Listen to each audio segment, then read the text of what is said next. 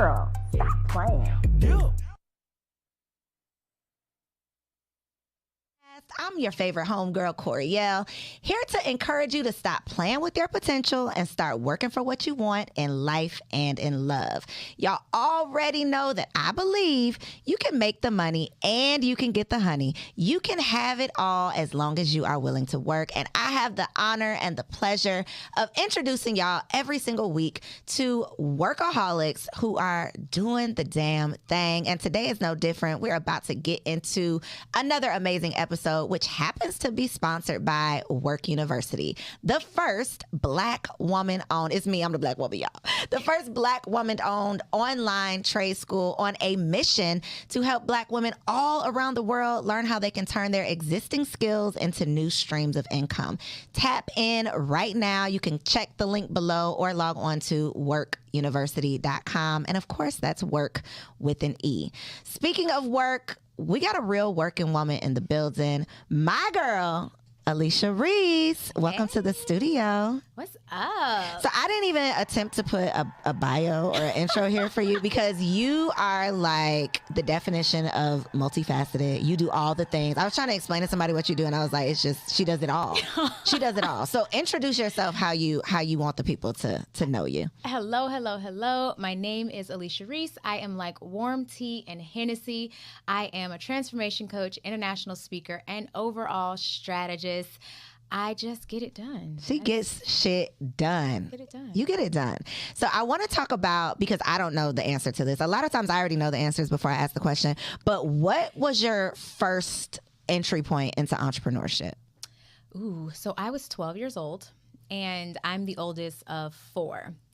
At the time, there were three of us. No, I'm lying. There were four of us at that time. And we were hungry. My mother had lost a child when I was 8, and when she lost a child, she lost her mind.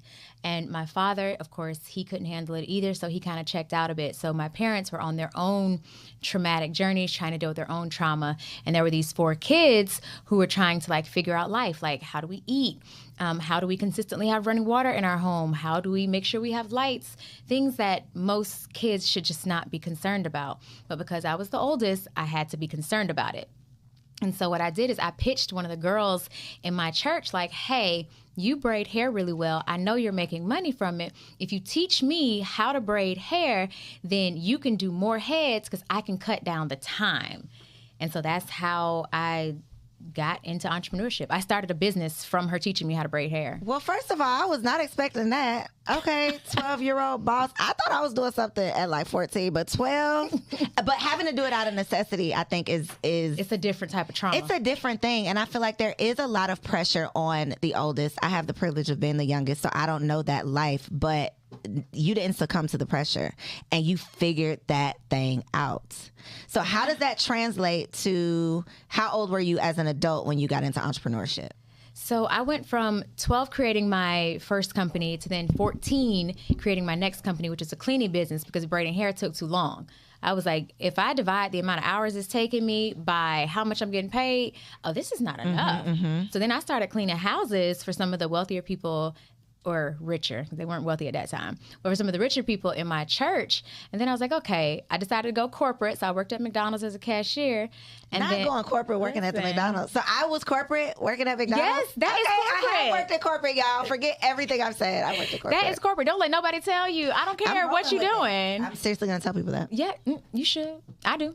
My first actual real business, though, again, trauma again. I was about to get divorced. My ex-husband gave me an ultimatum: stay or leave. If you leave, you got to take care of things. So I was just like, well, okay then, bet. I decided I was going to start a nonprofit. Most people think that nonprofits aren't supposed to make money because it's called nonprofit. That is totally not the case. Red Cross makes millions a year. So I started a nonprofit. In our first year, we were sponsored by UPS. We were partnered with the Miami Marlins, the city of Miami Gardens. We had celebrity ambassadors. We had a dope board of directors. And that was my first business. I don't even remember how old I was.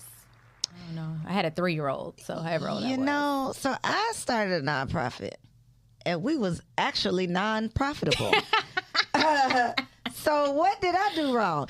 It's knowing that I know you. I'm kind of being funny, but I know the answer is relationships just because I know you. How did you do that though? Tell the people. So I am strategic as fuck. Like, everything for me is a strategy, from the people I date to the types of events I go to. Everything for me is strategy. Call it what you want, feel how you want to feel about it. For me, it's a strategy. I'm not willing to connect myself to anything that doesn't make me grow. If I can't grow from it, I won't be connected to it. Sorry, not sorry.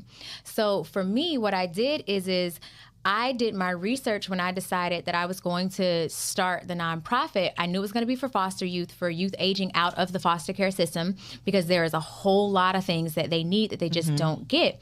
And so I said, okay, well, if I can take this program, because I created a program, and I said, well, if I can take this program, I can sell it to governments, government entities, municipalities. I can sell that, and people pay millions a year for programming. And so what I did first, and which is what most people don't do, they go all in with their passion when it comes to a nonprofit, and they don't create a sellable product or service. For me, I created something that was sellable first. And then I said, okay, well, who can I connect with? Because I've never worked in the foster care system. So I need some relationships to help me collapse time, because I didn't want to spend 5-10 years building up the thing. I ain't got that kind of patience. Call me what you want. I don't have patience. And so I did some research to find out who was the largest foster care agency in the state of Florida at the time, because that's where I was living. I realized that she was a member of Junior League of Miami. Shout out to Junior League of Miami. And so I joined. You had to pay a fee, of course, but membership has its benefits. Anybody who is an Amex, platinum card holder understands the benefits that come when you are a member. And so I researched who she was. I realized that I would need to get close in with her, and I needed a definite yes. I wasn't going to be able to get a definite yes without being a member, because members do things for each other. I didn't join a sorority. I didn't have, a family who was super well connected. So that meant I had to be strategic as fuck as to how I was going to get what I needed. So I joined, and the day after you paid your membership and you signed a little paper, they gave you a book that had every single person's address, telephone number, and email. As soon as I got the book, she was the first person I emailed. She scheduled a meeting with me, and she said she only said yes to the meeting because I was a Junior League member. She said it was already a yes simply because I was a member. I went, got the partnership with her. I used that partnership to parlay that into a conversation with UPS, and less than a year later, we had all these partnerships. The rest is history. Yeah. Okay, so not only was I non-profitable in the nonprofit, I have been in the same room with you, and I kept my mouth closed and got nothing while you opened your mouth and closed deals. And again, the same exact thing that you just talked about, where you research who's in this room, you connect with the people, and you get what you came there for. Yeah.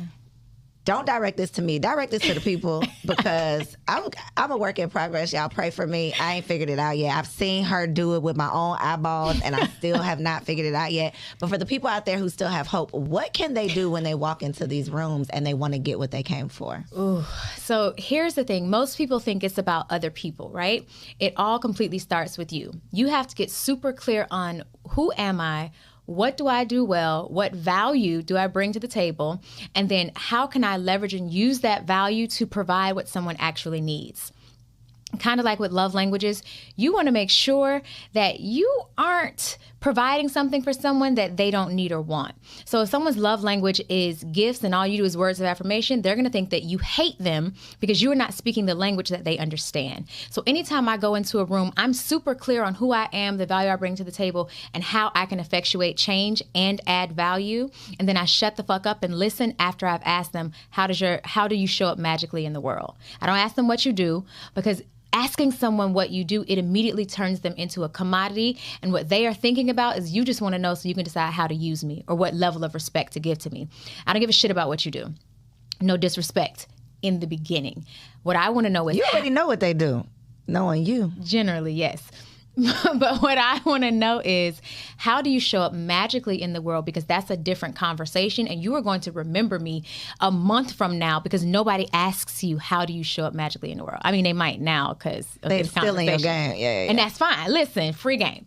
But after I ask them how do they show up magically in the world, I will usually follow it up because they're going to talk about a problem that sounds pretty difficult. How do you manage and solve some of the major problems that you're experiencing?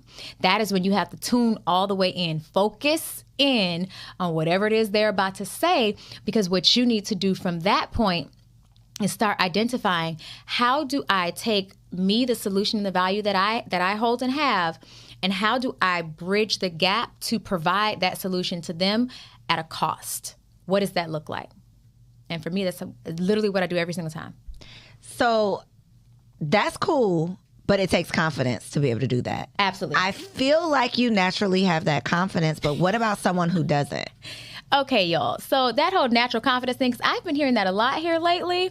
That is totally not the truth. I started out as a kid who I hated every part of me. I hated my hair. I hated my toes.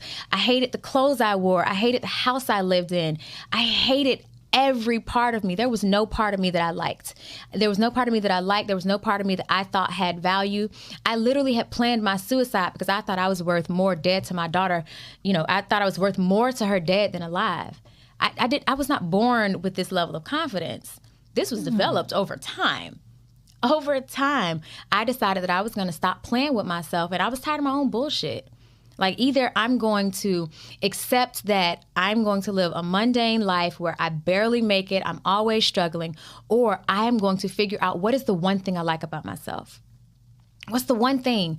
I literally started telling myself every day that I am powerful beyond belief. And after you tell yourself some shit long enough, you start to believe it. And so finally I was like, I am powerful beyond belief. I don't got no money in my account. This house about to go into foreclosure. They about to repo this car. I ain't paid my student loans in I don't know how long.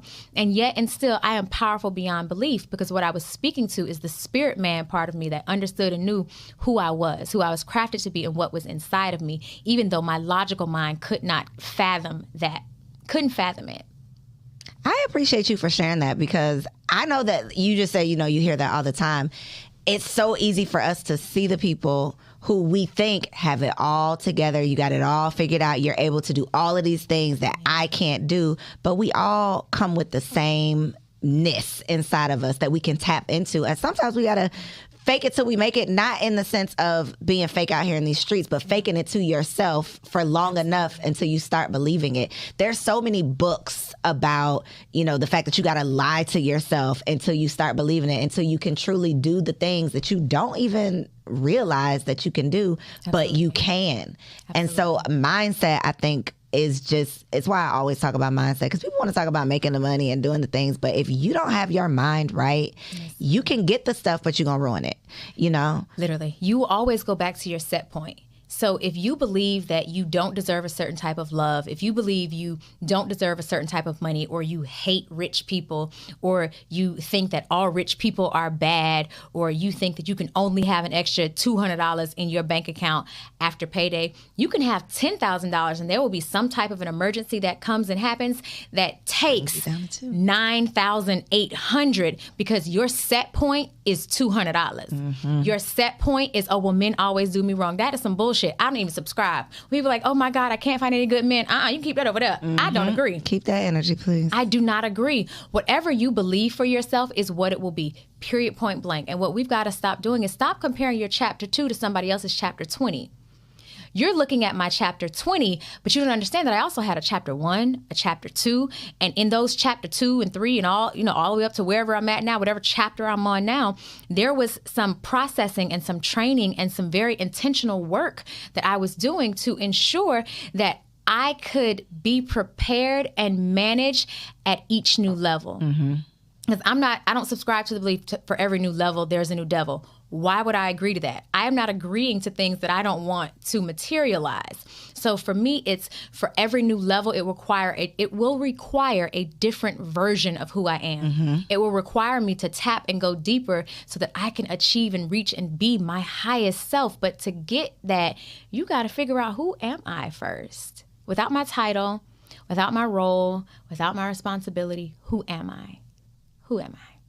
So how do you not fall into the fake networking thing that so many people fall into? Because you actually create meaningful relationships that a lot of times turn into profitable relationships. How are you able to navigate that and not just turn it into like a passing the business card out, fake, phony, I met you, but I don't know you, I can't take nothing from this type of thing? So for me, I actually give a shit. When I ask them how do they show up in the world, I genuinely care.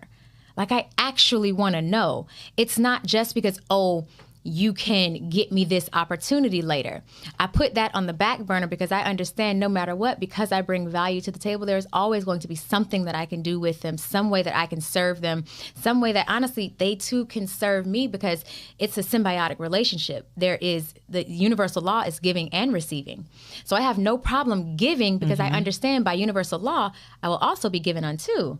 So it's giving and receiving. So when I ask them how you show up magically in the world, it's because A, I give a shit, number one, and B, I want to know, who are you as a human? Like, what's your character like? What are some of the challenges that you face? Because I don't care how high the title is, from the CEO to the janitor, they are all humans having a human experience, and there is something that we can connect on. And so when I ask, or when I go in there and I'm speaking, I want to know, who are you as a human? And most people, especially if they're executive level, they're used to people asking them, what do you do and how can I get something from you? So because I never go with the how I can get something from you first, I'm always welcomed differently because I care about them, the person, before them, the title. Always.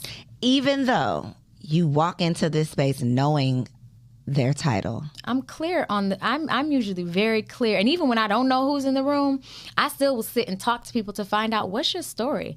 Like, who are you? What challenges are you facing? And I'm always asking about your challenges, because if I'm clear on what your challenges are, then I can provide solutions. But that requires listening, active listening. That's hard. It is, especially because I got ADD, like in real life. I be tapping out when you're like, and this is when you have to. I'm glad you said that, because then that gives me something to focus on. It's like, no, right now you really need to listen, because and it's not just me. We're easily distracted. We got 25. I can't even count right now how many tabs I got open on this computer. So many. On our phone, like all of the things, we always have something to tap into, and so it's very easy to tap out of a conversation. Which brings me to post conversation, post event, the power of the follow up. Like, that is so important. But my question is, how do you follow up without being thirsty? So it's so funny. Or feeling thirsty. Feeling thirsty. So it's so funny. So I literally, as you know, have a podcast called Triggered AF. And just yesterday, and it's crazy that you literally asked it like that, because just yesterday, that is one of our next episodes, the follow-up for season 5. But how you do it and what that follow-up looks like is when you're asking them, and this is why you have to immediately zone in and pay attention. When you're asking them, like, what are your problems that you're facing? What you're doing is you are also coming up with, how can I send them a solution to that problem that doesn't require anything from me, right? Example. I was going to say, give us an example. An example. So I was at your event, the dope live podcast recording of Girl Stop Playing podcast. Girl, thanks for plugging it, because I forgot, y'all, we had a dope live podcast last night. If you missed it, you missed out on a treat. Stay tuned for the next one. Listen, don't miss the next one. You need to make sure you are in the building. It was absolutely phenomenal. Thank you. And we were there last night, and I met a young lady who has done some phenomenal, built something dope. And she was saying how next she wants to expand, but she doesn't want to use her own money. So I was like, okay, bet. You ain't saying nothing but a word. I'm really connected in the VC space. I want to expand some things that I don't want to use my own money. I got you. We're going to have a conversation. Okay. We're going to have a conversation. And so what I did is today I said, hey, I have a list for you, because we had talked about a specific company. I said, hey, I have a list for you of who their investors were. And then I'm going to connect you with a friend of mine who has one of their investors already on her cap table. I simply provided a solution. That is how I follow up. And I always usually follow up with a solution. If they have kids, hey, if y'all got kids, please don't think your kids are, inhibitors to your success. My baby gets me into so much. If you have kids, I always tell them, oh my goodness, if their child was experiencing something, or they are having a challenge with something, or heck, they just want some more play dates to go out. I love a good play date. Where are we going and when we going? My daughter is going to be one of the most well-connected little teenagers, because I'm always taking my good sis on play dates with all the folks. But for me, it's when I'm following up, I'm providing a solution to what they said was their problem. And it doesn't, I didn't have to do it. Literally took me 5 minutes to Google who was this particular company's investors.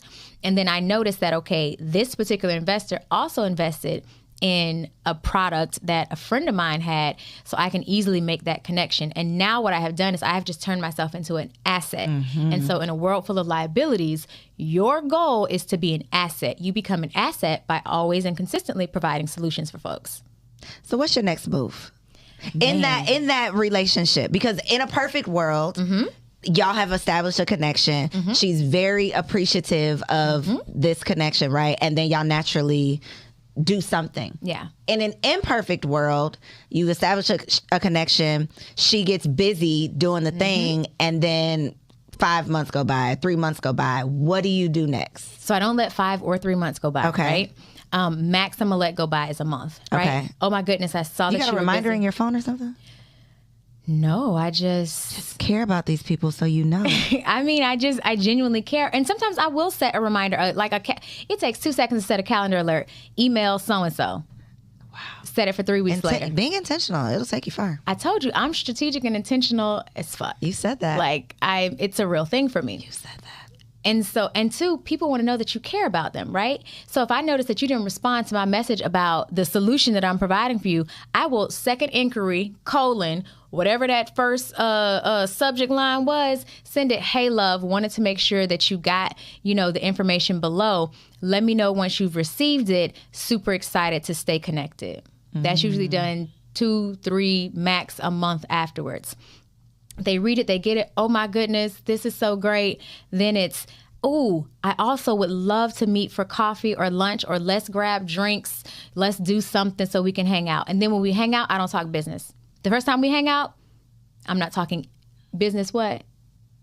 I'm not a businesswoman the first time we hang out. The first time we hang out, I'm a human. I'm Alicia, and I'm a damn good time. You are a damn good time. Listen, we finna have a time. She's not lying. I'm a twerk. I'm a drink. We're gonna have fun. For those who don't drink, okay, get you a little spritzer, whatever it is. If you haven't tapped into your joy, find you some joy so that you can have fun with the folks. Because people want to know that, again, you care more than just about their title or what they can do for you. Can they have fun with you? Can y'all have some laughs together? Figure out, just ask, hey, what do you like to do? I want to make sure that we have a good time. If drinks and dinner isn't your thing, let's go putt-putt. Let's take the kids to Candytopia. And she's a new friend, and it felt so good because she called me her soul sister, and I was like, oh my God, we took our kids to Candytopia together. And we had a great time taking pictures, getting all the little crap in our hair. It's still in my purse and in my shoes. Like a month later. But it's, how do you create an experience for people that's focused on living, that's focused on life, that's focused on fun, that's focused on joy? Their jobs and their companies are stressful enough. When I'm in the vicinity, we finna have some fun. I love it. And I just love you. And that's why she said you her soul sister, because it's just like, oh, I need some of this. I just want, let's have fun together. We're going to always work. We're going to always get to the money because I like money and money likes me. But let's have fun together first. Let's talk about the opposite of fun, motherhood. Because we were talking about this last night, and it wasn't even me and you. It was you and another one of my amazing guests, Carly, who is a whole comedian. One day y'all gonna see the footage, right? They're gonna see the footage. Okay, so one day y'all gonna see the footage, and she's a whole comedian, and you gotta watch it. But y'all were having a conversation that I was kind of third wheeling, and y'all were like, I think it was you specifically, was like, I don't like motherhood. And I was like, you are a mother. I'm a whole you mother. You can't say that. I'm a new mom. So I still be like, oh, tiptoeing. I won't say that I dislike motherhood because I'm not true to this. I'm new to this. What do you mean by that, though, Alicia? Tell the people. I'm not tiptoeing on the marble floors. I don't like motherhood. What don't you like about it? I don't like the pressure. I don't like the responsibility. I don't like that I am a driver because these tiny humans can't drive. I'm an unpaid driver. That's true. Like, Uber drivers make more than me. You're driving for free, no tips. No tips. There is no guaranteed return on my investment with motherhood. You are literally hoping for the best. You are putting your absolute best in, the maximum amount of money. You put some good into this girl, though. Man, I'm just praying to God that she turns out all right. And you are more than halfway there. Your baby is She's 12. Listen, I got You're itching. 5 you started years itching and when 4 I said months. that. Not 5 years and 4 months. 5 years and 4 months. And I love her. I love She's so amazing. She's a dope kid, and I still dislike motherhood. I don't like it. If somebody... That's what you said, so you were like, well, I don't dislike my child. I just dislike motherhood. I love, oh man, she's such a dope kid. She's brilliant. She's kind. She's you. Smart. She got a slick ass mouth. She's you. I love kids with slick mouths. A lot of adults don't. I love it. Because when people be like, you want a girl? I'll be like, ooh. I like a slick mouth child. Why? Let me tell you why I like a slick mouth child. I didn't have a slick mouth out loud, but it is going to be such a valuable trait when they become old enough to advocate for themselves, and they can mentally spar. My child mentally spars with grown-ass people and many times wins. They be like, well, damn, when you say it like that, I love it. Now, yes, it gets on my nerves, on my last nerve, but you're not raising a child, you're raising an adult. You will have a child a much shorter time frame than you will have an adult. Mm-hmm. I'm raising an adult. And that attribute, that slick mouth shit, ooh. So I'm just being selfish. I'm just thinking about myself being the victim of, because I had an out loud slick mouth. It wasn't in my head. It was on the outside of my body. And so I could just imagine getting that back. You know, they say with the daughters, you're gonna get it back. Yeah. I am in for a rude awakening. So I guess I'm just being selfish because I'm like, I'm gonna have to fight you. I mean, and here's the thing. We go back and forth. I'm not of the community that believes children should be seen and not heard. We be going back and forth. Like, some of my men, because I date and I date well. Come on, some of my men. We'll talk about it next. Don't worry. Well, some of my men, they'll be on the phone with me when I'm talking to her, and she be going back and forth. She be hitting it too. So so you never say, all right, now, little girl, wait a minute. You never get to that point? If she gets a little, I be like, listen, we cool, but we ain't never that cool. Okay. Play with your little friends. So you do reel her in. Yeah, I reel her in, but I'm okay with her expressing her emotions. She tells me all the time, I really don't like that you rush me. And I say, well, I really don't like that you take so long, because what it does is it makes me feel as though you don't respect my time. And I give you so much of my time already. I need you to start honoring the pieces that I tell you I need. If I say I need you to be ready in 10 minutes, I really do need you to be ready in 10 minutes, because there are other things that I still have to do that you are not privy to. This morning we was in the car. She's like, you know what, Ma? You right. I'm sorry. I'm gonna do my best to get ready quicker. You're raising a thinker and not just a doer. And so many people are raising doer. Do what I said do. Don't think about it. Don't ask me about it. Don't wonder why I said it. Don't you dare ask me why I said it. Just do it. And I think, like you said, that's going to come in handy in so many ways. And I think our generation are doing a better, I mean, we doing some crazy shit now. We still do, but we are doing a much better job of not doing the stay in a child's place, sit down, shut up, do what I say do without question, because in life you have questions. Hopefully you are, and you're able to ask the right questions, because if you don't, people are gonna get over on you, and ain't nobody got time to be getting over on. And honestly, I started out that way. Shut the fuck up, do what I said, don't ask me no questions. The fuck is you? This is a learned thing. This is, when I tell you learn. This is evolved, Alicia. Okay. Listen, Lola, my lower self. Not Lola. Lola, I talk about it a lot on my podcast. The lower self, Lola. My lower self. I had to name that bitch so that I can know when it's Alicia who's talking, who's processing, who you're speaking to, and then when it's my lower self saying, just ram your car into theirs. You don't do it though, right? No, but I still need to recognize. You think about it. You have to understand your lower vibrational self. It really just wants to protect you. It truly does. It is the fight or flight, and everything is, oh my God, you're gonna die. Your lower vibrational self is everything is, oh my God, you're gonna die. So it likes to fight to the death, right? And so and that's ego, that's all the things. So trying to deny its existence or trying to pretend like, oh, it's not there. I'm vibing so high. I'm so healed. Bullshit. Trying to pretend that it's not there, what happens is if you try and push down something long enough, eventually it's gonna come back strong. It's gonna explode, and many times it's gonna explode when the consequence doesn't fit the crime. And so what I do is I'm always in conversation when I'm spazzing out or when I'm like losing my shit. I'll say, okay, the reason I'm spazzing out is because I feel hurt about this or I'm afraid about this. Thank you so much for trying to protect me. Now I'm going to need you to sit in the passenger seat, and now this is how Alicia is going to respond. But Lola, that bitch always got a response. Always. But mature Alicia be shutting her shit down. I love that. And it's not perfect. Ooh, please don't think it's perfect, because baby, if you had caught me on a plane with this lady, what you was gonna do to the lady? Lola was about to get her. Oh, I just can't. I've never personally met Lola, so I just cannot. I mean, I could see her coming out of, I could see that she up in there, but I've never seen this, so I just can't imagine. Man. I see the soul, my soul sister. Listen, Alicia, because I vibrate on love and light. You do. And also it can get real and real ratchet real quick. That's the Hennessy. Listen, that's the Hennessy part. I'm the warm tea. That's because warm tea is mostly who I am. Like I want to know people's feelings. I want to make sure you're okay. Like I care, what you're experiencing. And also, if you trigger me, that's literally why our podcast is called Triggered AF. Because once I'm triggered, I become something that I don't like. Kind of like the Hulk. How he's all nice and mild-mannered. But boy, when he get that other side. Yeah. I started this conversation by saying you are one of the most multifaceted people that I knew, and I didn't even know this part. So I was right. I be knowing. That other side is a lot. I be knowing. I do want to talk about Triggered AF. Yeah. Tell us about it. What was your guiding light when you first started it? Because you said you're about to do season 5. So when you initially started it, like, what was your thought process behind it?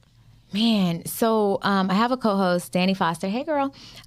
So we were in the heart of the pandemic, right? And everybody was triggered. Everybody and their mama. I mean, do I wear a mask? Do I not wear a mask? Do I go to the store? Oh my God, somebody coughed. We all gonna die. Like, it was so many triggers. Things. And then you're at home. You no longer have separation. So you have your partner who maybe you don't mind being around, from 6 in the morning to like 8 o'clock. And then again from like 6:30, 7 o'clock to like 10, 11 when y'all go to sleep. But then to now have to be around them all day long. You know how many marriages and relationships? Hell, I lost a couple of relationships during the panorama. Let me put that in my notes so I come back to this. All the men, because I almost forgot. Like, there's no separation. You lost like your sense of boundaries, right? So all of your triggers from people being around you all the time. Like, I don't like to be touched a lot. You get touched out, especially if you have a new baby. So you got a new baby and you got a man and everybody want to touch you. Like, there were so many triggers and so many things that we were dealing with. It literally, the pandemic unearthed all of our unhealed parts. All of the parts. That's a great way to put it. That were unhealed. It did. It shined a light. A whole light. It shined a whole light on all the parts and pieces of ourselves that needed to be healed. Because that's all a trigger is. A trigger just identifies, hey, this is an area, a space and place that you are not healed in, that you need to do some more work in. And if you can do the work in this area, you can go to that next level so that you can constantly be in tune and in touch with your highest self. Because you create the best type of life when you are clear on not only who you are, whose you are, but the value you bring to the table and how you want to operate in the world. This podcast sounds therapeutic. We be on here just talking some shit, really. But you sound like this. Y'all really doing some therapeutic. Yeah, we literally, you'd be surprised. We get DMs all the time like, hey, you guys help me through a divorce. Hey, you guys help me not to kill myself. Like, because we talk about all the things that are normally taboo. Like what? Tell us some of the things. We have a conversation coming up, actually, a conversation with a white man, and we talk about white boys being bombers in schools and shooting people and white supremacy. Like, we have very real conversations about how triggering it is for Black women to have to sometimes see counterparts who are not as good as we are get things that we not only deserve but have worked for. Like, we have very real conversations. We have conversations about things that we've done, about how Lola, when I was in college, did some pretty foul things to a young man I was dating who we broke up to. Like, we have very real conversations about, okay, this is how Lola responded, and now this is how I should respond. Like, what to do with partners when they done pissed you off and all you want to do is just light the bed on fire. Did you light his bed on fire? I didn't. Okay, she did something worse, I think. Did you do something worse? Wink at me. You did something worse? Oh, she winked. Yeah, I know you did some crazy shit. Tell me after the show. Okay, but healed Alicia is having these conversations. That it's literally healing people. I didn't. Okay, so when I started my podcast way back when, Didn't know shit about podcasting. Not only did I not know anything about podcasts, I had never listened to a podcast. Someone had interviewed me and I'm like, oh, this is cool. I would like to start doing this. And then I started a podcast. I love that. I did not realize though that people really be listening to these podcasts. In real life. Like for some people, they don't watch TV. Nope. They not listening to the radio. Like they are really they're podcasting. Mm-hmm. And so the impact that we're able to have on people just having these microphones is like mind blowing, because you don't have to have a bunch of followers. You don't have to be an influencer. Like all you got to have is a voice, an opinion, and some mission to actually help people, and you can literally save a life, save a marriage, or help someone save themselves from a marriage. So I love that. Tell us some more uncomfortable conversations you're having. Ooh, one of our latest uncomfortable conversation was about a woman who, was married or is married, and has been married for quite some time and is now deciding, what does the next part of my life look like? Not being married or figuring that out. Figuring it out with kids, still being friends with the person who you have promised a lifetime with, and understanding that sometimes a lifetime is 10 years. Sometimes a lifetime is 5 years. Sometimes our lifetime is no years. It's deciding, what that looks like and being okay. I know my husband watching this, don't you? Our lifetime is the life. Death, okay? Death do y'all part. Don't play with her. Don't play. I have a feeling. I got to get Coco. Mine going to be Coco. My lower self, baby. Coco. Don't play with it. Go ahead. Don't play with it. Go ahead. But it's having a conversation around, too, what does it look like to be okay with saying, I want to be taken care of as a woman? That I refuse to do 50-50. And for all the men who try and date me, I refuse to do 50-50. It is not something that I subscribe to. You don't subscribe to that. I am not okay with it. I'm a woman. I was Do you born take with men on dates? Card. Fuck no. Not ever. I don't mean like in the dating phase. I mean like if this is your man, you'll take him on a date, right? Listen, I am very good to my men. Okay. I mean very good to my men. I've taken my men on like all expense paid vacations to Cabo. Okay, yeah. Like I treat my men very well. But when you're dating me, I'm a Southern woman. You're going to court me. And I'm not going to feel bad about it. You're going to court me. You're going to make me feel like I am just the best thing since sliced bread. Hell, I'm going on a date this Saturday with a young man who he taking me to the chiropractor because my back hurt real bad. And then we're going to get practical dates. Listen, and then we're going to get massages afterwards. I love that for us. So let's just go ahead and get into it. I have here all the men. So I had a question here about the fact that you are successful. You're a successful mother who's a single woman. And you are not letting that slow you down. Absolutely not. So that, I think, is inspiration and give some hope for people who feel like, I gotta wait until my child does X, Y, and Z. I gotta wait until what does that look like? Ooh, but your child is 12, so let's 12, but I've been dating that. since. Be clear, I've been dating. Okay, tell the people. Since I got separated from my ex-husband. And how old was she, girl? 2. Okay. 10 years. All right. And now, in my defense, was it different though, dating when she's 2 and dating when she's 12, or no? So when I was dating when she was 2, I was broken. Okay. I mean, I was the person who I tell people not to date now. Like I tell people don't date broken people. I was that. I'm sorry to all the men I dated when I was broken. Was Lola dating? That was Lola. That was Lola. Okay. I'm sorry. It was Lola. I should probably send gifts. For apologies. Healed. You're healed, evolved. Listen, the healed me is much better. Lola, when I was dating y'all, some of y'all, whoo, child. But no, so for me, it's allowing my village to let me still be a woman. Just because you become a mother doesn't mean you're no longer a woman.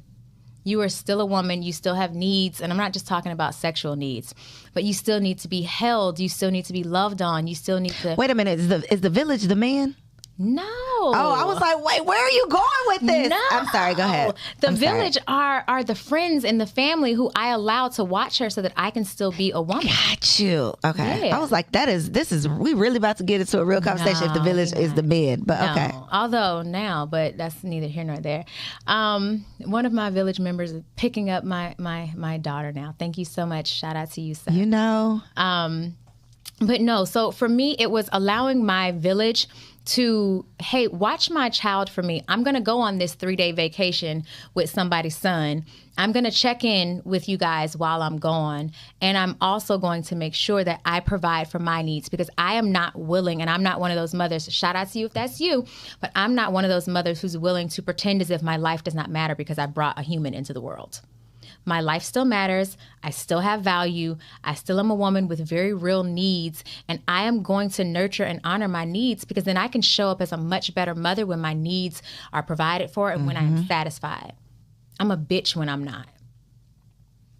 That's the thing.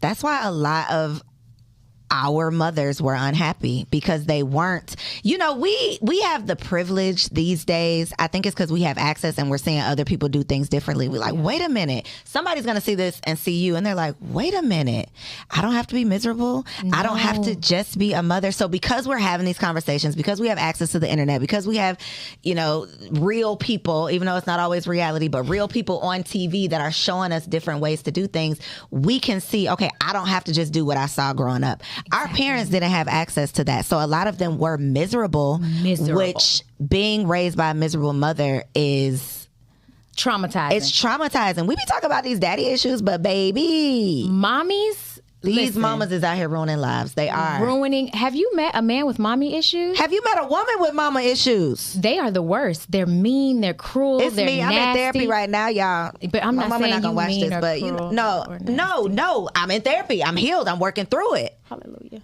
But that's the thing. A lot of times I think we don't want to admit it. We see our moms as just our mom sitting up on this pedestal and not realizing she is a woman.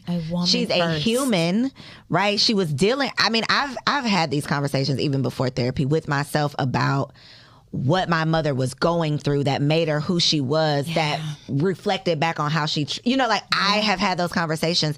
Most of us don't have those conversations. We either don't recognize what it really is. We're not willing to. We don't want to play, you know, the blame game. And it's not even about blame. It's really about self-awareness and knowing how you became who you are, so that your kids don't just become who they are because you're doing the same thing. Yeah. And two, we have to realize and recognize, can you imagine the types of trauma? Like, my mother was molested, and I'm telling her story because she tells it all the time, so I'm not just telling her business, but she was molested by her uncles from 8 to 14. Oh, that's a long time. Every sexual experience you can think to have as a grown person, she had by her family members. She told you that? And she never, we speak very candidly. Wow. And she never went to therapy because therapy was not a thing. She still won't go to therapy. So can you imagine what it's like growing up with a mother that traumatized? My father was not allowed to hug us. We were not allowed to sit on his lap. Like, there were so many things that we weren't allowed to do. Because of her experience. Because of her experience. So then here I come needing a daddy. I mean, needing a daddy. And my dad not being able to be a dad because of all of her requirements and the things that she had gone through. So hell yeah, I sought it out in men. Oh, I was going to get some fatherly love. Somebody going to give me some hugs and some affection. Listen. You know, and that's the thing. I had to forgive my mother because a lot of the choices and the decisions that I had made was because I wanted a daddy so bad. But you had a daddy. He just couldn't be. He couldn't. I feel like he tried and he wanted to so bad, but he couldn't. And he didn't know how to say, hey, this is my household. This is how it's going to be ran. Like, that's deep. It just, they were two very traumatized people raising 4 kids, being impoverished, not making a lot of money, being in a pseudo cult. Like, it was a lot. Can we talk about the cult? Man, bruh. Can we talk about it? I mean, I'm an open book. I don't give a shit. Well, tell us about the cult then. I grew up extremely religious. I wasn't allowed to wear pants. I wasn't allowed to date. I'd never been to a high school dance. I've never been to a high school prom. I had never been to. Why? What was the what was the foundation of? What was the belief behind these things? The belief was just that it wasn't of God. Like, we had years long revivals where we would be in church every single night. I went to church every day from the time I was born until I was 18. Sunday morning, Sunday night, Monday night, Tuesday night, Wednesday night. Wednesday at noon, Thursday at noon, Thursday at 5, Friday at noon, Saturday at 8 p.m. Every night for 18 years. Did you go to school at the church? Because that's scheduled. Yes. Mm-hmm. Yeah. Yeah. It was, people ask me all the time, how are you so well adjusted? Therapy, bitch.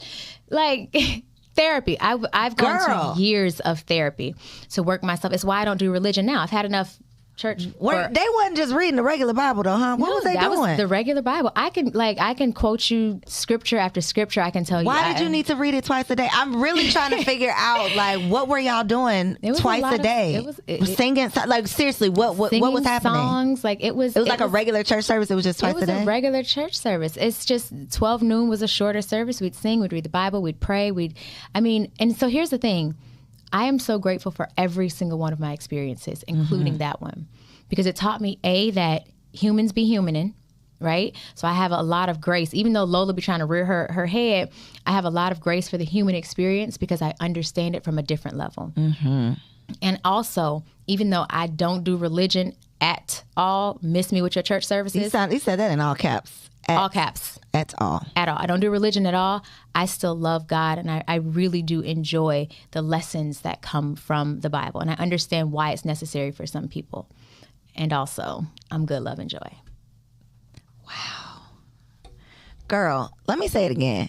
I need to change the name of this episode. Multi-faceted in all of the ways. Your experience, like you are just such an amazing person. I feel that. Not even I think that. Like you are such an amazing person. But to have overcome all of these things and to be able to use them to draw strength from and then be like a light for other people. That's like amazing. I mean, really. Like if I had some flowers, I would just hand them to you right now because I'll probably cry. Don't cry. I'm not. Don't cry. But seriously. Or the lashes.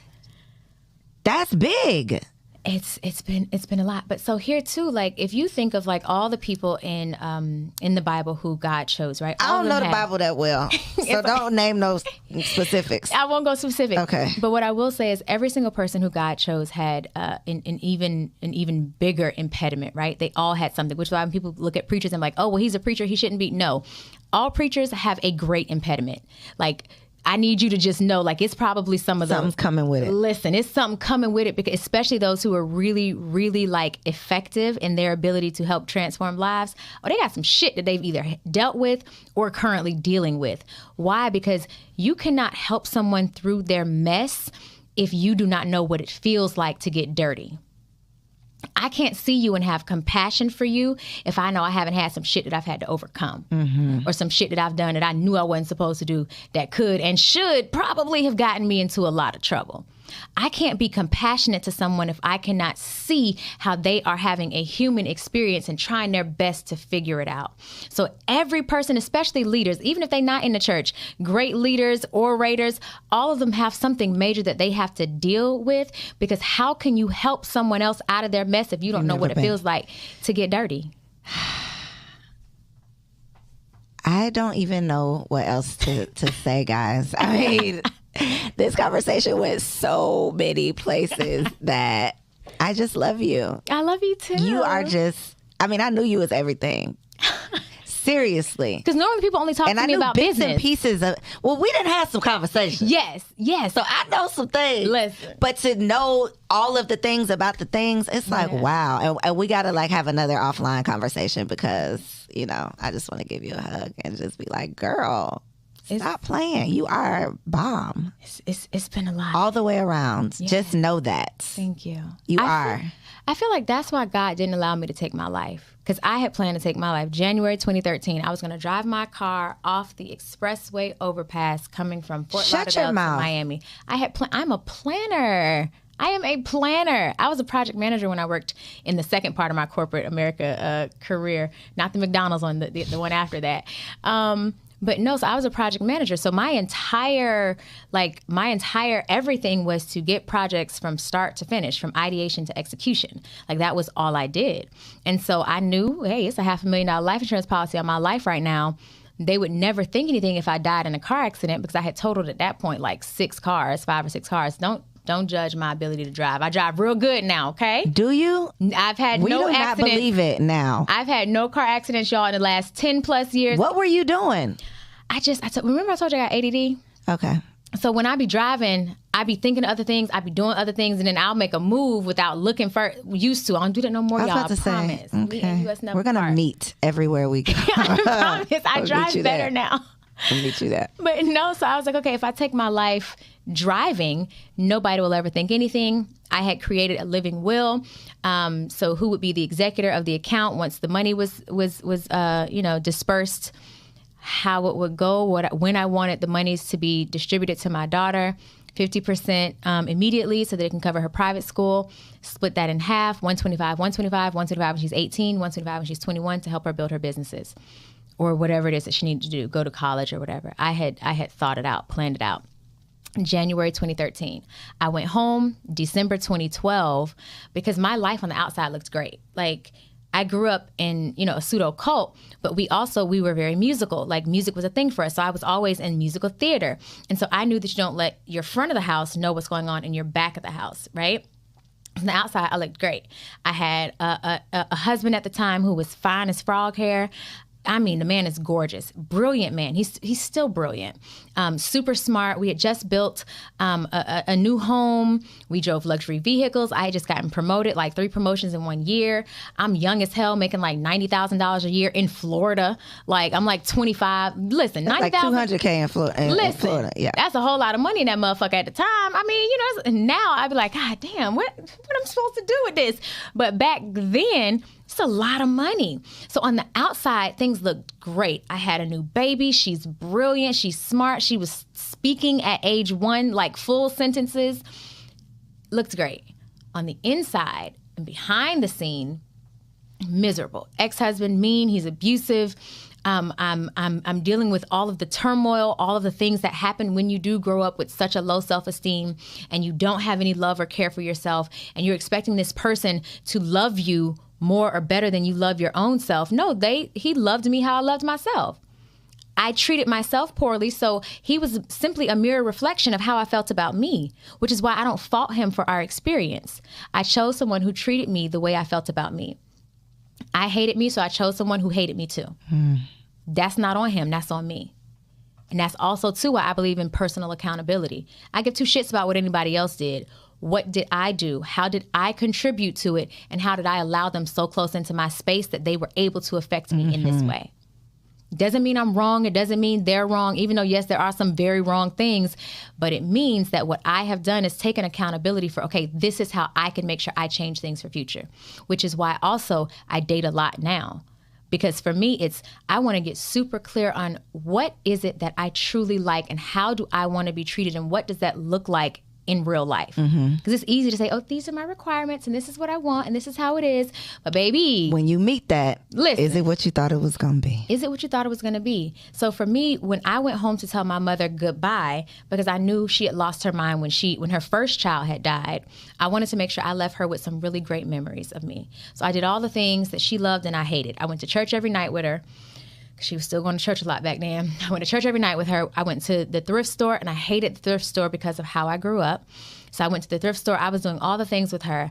And on one of the nights that I went to the church service, there was a young woman there. Her name was Naomi. I will forever be appreciative to Naomi. She looked on the outside how I felt on the inside. I felt like walking death. She looked like walking death. And this is no disrespect to her. It is how she looked. She was a foster kid who had aged out of foster care.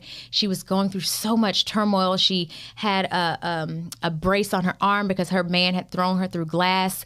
Like, she was going through it. She is why I created the program for the first company that I built, the nonprofit.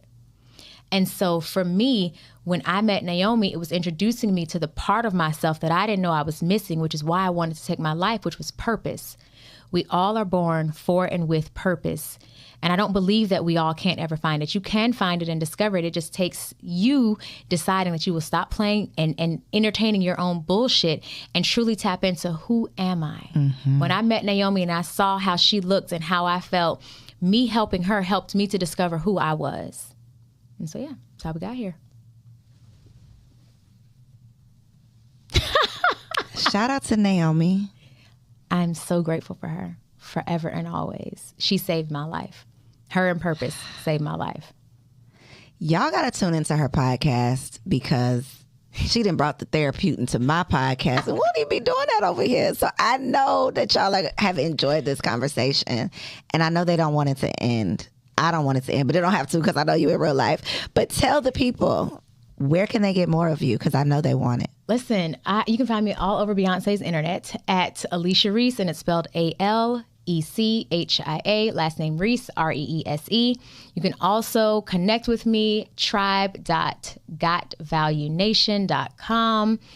All the places and spaces. I look forward to, communing with y'all there. And Triggered AF. Yes, Triggered AF, the podcast. Subscribe to us. We have some really dope ass, conversations over there. And don't worry, I have already put Koereyelle on our list. I was about to say, girl, I was going to get on that list one way or another. You're already on it. Listen, thank you. For season 5, because we're going to be doing all the in-person interviews. So we'll be coming to Atlanta, so don't you worry. We will definitely be having you on the podcast. You going to try to make me cry? What are we going to talk about? Listen, all the things. We don't always cry on there. Okay. We be ratchet and real too. Okay. Now listen. Okay. As long as I can get with We're multifaceted. We can do it all. You are multifaceted because you be doing the thing. I appreciate you. I appreciate you. Y'all, my notes, if y'all would see my notes, it ain't nothing like what we talked about, which is what I love and appreciate, because who cares about it's like what comes up is what is meant to be. And I know, just like Naomi saved somebody, I know this conversation saved somebody. So I love you. I appreciate you. Y'all, bye. I'll see you.